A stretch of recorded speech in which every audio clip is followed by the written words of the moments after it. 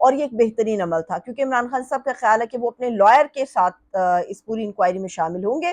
وہ یہ نہیں کہہ رہے کہ میں انکوائری میں شامل نہیں ہوں گا، لیکن وہ یہ کہہ رہے ہیں کہ میں اپنے لائر کے بغیر اس انکوائری میں شامل نہیں ہوں گا.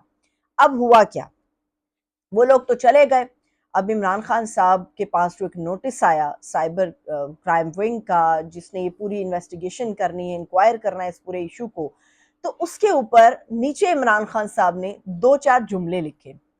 اس نوٹس کے اوپر 2-4 جملے لکھے، وہ میں آپ کو پڑھ کے بتاتی ہوں اور آپ کو بتاؤں گی کہ after absolutely not, absolutely naan sense, یہ 2 لفظ ہیں جو اس وقت ٹاپ ٹرینڈنگ کے اندر پاکستان میں چل رہے ہیں. عمران خان صاحب کا جو اکاؤنٹ ہے اس کو ختم کرنے کی تیاری ہے، تو وہ جو نوٹس آیا عمران خان صاحب کے پاس انکوائری کا، اس میں عمران خان صاحب نے مینشن کیا اپنے ہاتھوں سے I will join investigations in the presence of my lawyer، کہ میں یہ تحقیقات یا یہ جو انکوائری ہو رہی ہے ڈیفینیٹلی اس کا حصہ بنوں گا، مگر اپنے لائر کے ساتھ. اینڈ دا above allegations، اور وہ یہ کہہ رہے ہیں کہ جو اوپر جو الزامات لگائے گئے اس نوٹس کے اندر، جو الزامات مجھ پہ لگائے گئے ہیں is absolutely nonsense، کو تک کی نہیں بنتا، بے تکے ہیں، فضول ہیں، گھٹیاں ہیں، قطعی طور پہ گھٹیاں ہیں. یہ عمران خان صاحب کے الفاظ تھے. آپ نکال کر دیکھ لیجئے کوئی بھی چیز. ایبسولوٹلی نان سینس اس وقت ٹاپ ٹرینڈنگ میں. ایک ایسا آدمی جس کے الفاظ ٹاپ ٹرینڈنگ میں آ جاتے ہیں، جس کے کپڑے ٹاپ ٹرینڈنگ میں آ جاتے ہیں، جس کا ہنسنا ٹاپ ٹرینڈنگ میں آ جاتا ہے، جس کا ہیئر سٹائل ٹاپ ٹرینڈنگ میں آ جاتا ہے، جس کے بیٹھنے کا سٹائل ٹاپ ٹرینڈنگ میں آ جاتا ہے، اس آدمی کا آپ اکاؤنٹ بلاک کر کے یا اکاؤنٹ بند کر کے یہ سمجھتے ہیں کہ اس کو شکست دی جا سکتی ہے. 300 دن ہو گئے عمران خان صاحب کو جیل کے اندر، اس کے باوجود کیا آپ اس کی بیانیے کو توڑ سکے؟ کیا آپ اس کے کرزمیٹک پرسنالٹی کا توڑ نکال سکے؟ نو. اس کا جواب ہے نو. ایبسولوٹلی نان سینس ہے یہ بات، یہ سوچنا بھی کہ عمران خان کا توڑ اس طرح سے نکل آئے گا. سیاسی محاذ میں سیاسی طریقے سے ہی کسی سیاسی حریف کو شکست دی جا سکتی ہے. یہ نہیں ہو سکتا کہ آپ ڈنڈا چلا کے اگلے بندے کو اندر کر دیں اور سمجھ لیں کہ ہم نے پورا میدان فتح کر لیا. ایسا نہیں ہے. پبلک کے اندر عمران خان کو توڑیں گے تو پبلک آپ کی طرف آئے گی، لیکن سوال یہ توڑیں گے کیسے؟ بیانیاں آپ کے پاس نہیں ہیں، ویژن آپ کے پاس نہیں ہے. لوگوں نے جوانی سے بڑھاپے، بچوں نے اپنی جوانی اور بڑھاپے تک آپ لوگوں کے ویژنز کو دیکھ لیا. آئی ٹی کی بہترین ٹیم آپ کے پاس نہیں ہے، سب چھوڑ دیں. سوشل میڈیا کی بہترین ٹیم ہی نہیں ہے آپ کے پاس. اس آدمی کا سوشل میڈیا جیل میں بھی وہ بیٹھا ہوا ہے تو امیزنگ پلے کر رہا ہے. وہ اپنا بیانیہ نیریٹو دے رہے ہیں نا، وہ چاہے اچھا ہے چاہے برا ہے جیسا بھی ہے. آپ کے پاس تو کوئی نیریٹو ہی نہیں ہے، آپ کے پاس تو کوئی سوشل میڈیا کی ٹیم ہی نہیں ہے، آپ کے پاس تو اس سوشل میڈیا کے دور کے اندر اس کو کاؤنٹر کرنے کے لیے کوئی بیانیہ نہیں ہے. تو کیسے عمران خان کو آپ لوگ شکست دیں گے؟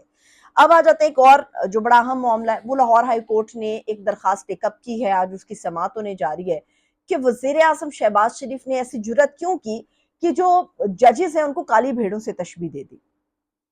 اور یہ درخواست جب ڈالی گئی ہے تو آج سماعت اس کی جسٹس محمد وحید خان صاحب کرنے جا رہے ہیں. میں اس کے اوپر زیادہ تبصرہ اس لیے نہیں کروں گی. اچھی بات ہے، بہت اچھی بات ہے کہ عدالتیں اپنی اہمیت کو سمجھتی ہیں، ججز اپنی اہمیت کو سمجھتے ہیں، اٹھ رہے ہیں. مجھے یہ بتائیے کہ جب کل سپریم کورٹ آف پاکستان کے اندر یہ تذکرہ ہوا، اٹارنی جنرل آپ کے سامنے ہے، پاکستان کی سب سے بڑی عدالت ہے جس میں بیٹھنے والے سب سے بڑے ججز کا 5 رکنی بینچ وہاں پر موجود ہے، اور وہاں پر یہ بات ہو رہی ہے کہ وزیر اعظم نے کیوں کہا ججز کو کالی بھیڑے. اس میں اٹارنی جنرل صاحب نے کہا کہ وہ آپ لوگوں کے لیے نہیں تھا، وہ ماضی کے ججز کے حوالے سے وہ بات کر رہے تھے. حالانکہ سب کو پتا ہے، آپ وہ کلپ نکالیں آپ کو پتا ہوگا آج کے ججز کے حوالے سے بات کی. اگر سپریم کورٹ کے 5 رکنی لارجر بینچ نے اس معاملے کو ٹیک اپ نہیں کیا، وہ کچھ نہیں کر سکے، تو بتائیے لاہور ہائی کورٹ کیا کر لے گا؟ لاہور ہائی کورٹ کے جسٹس محمد وحید خان صاحب کیا کر لیں گے؟ اعلیٰ عدالت میں بیٹھنے والے بڑے منصب کے ججز نہیں کچھ کر پائے، انہوں نے توہین عدالت نہیں لگائی، تو لاہور ہائی کورٹ کیا کرے گا؟ سمپل ایز سمپل، مطلب یہ بالکل کلیئر سی ایک بات ہے.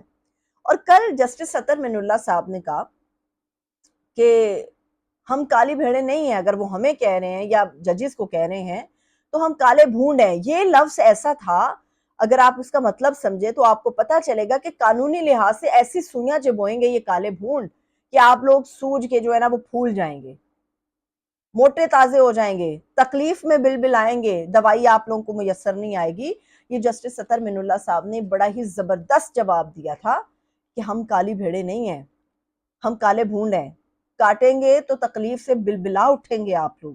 تو یہ ایک بالکل ڈائریکٹ میسج تھا جو جسٹس اطہر من اللہ صاحب نے دیا، اور اس وقت جو عدالت کی سپریم ججز ہیں ان کے اندر ایک ہمیں ڈویژن نظر آتی ہے۔ وہ ڈویژن یہ ہے کہ اطہر من اللہ صاحب ایک طرف ہو گئے ہیں، باقی جو 4 رکنی جج تھے وہ ایک طرف ہو گئے ہیں۔ جسٹس جمال بندوخیل صاحب پہلے تک اطہر من اللہ صاحب کے ساتھ تھے، مگر اچانک سے وہ اپنی پوزیشن تبدیل انہوں نے کر لی ہے۔ وہ بہتر سمجھتے ہیں کہ انہوں نے اپنی پوزیشن تبدیل کیوں کی، لیکن یہ ایک میسج تھا جو اکیلے جسٹس اطہر من اللہ صاحب نے کنوے کر دیا، اور یہ صرف انہی ججز کے حوالے سے نہیں تھا، پاکستان میں بیٹھنے والے جوڈیشری کے ہر جج کے حوالے سے تھا کہ ہم کالا کوٹ پر پہن کر بیٹھنے والے کالے بھونڈ ہوتے ہیں، کاٹیں گے تو تکلیف سے تلملا اٹھیں گے۔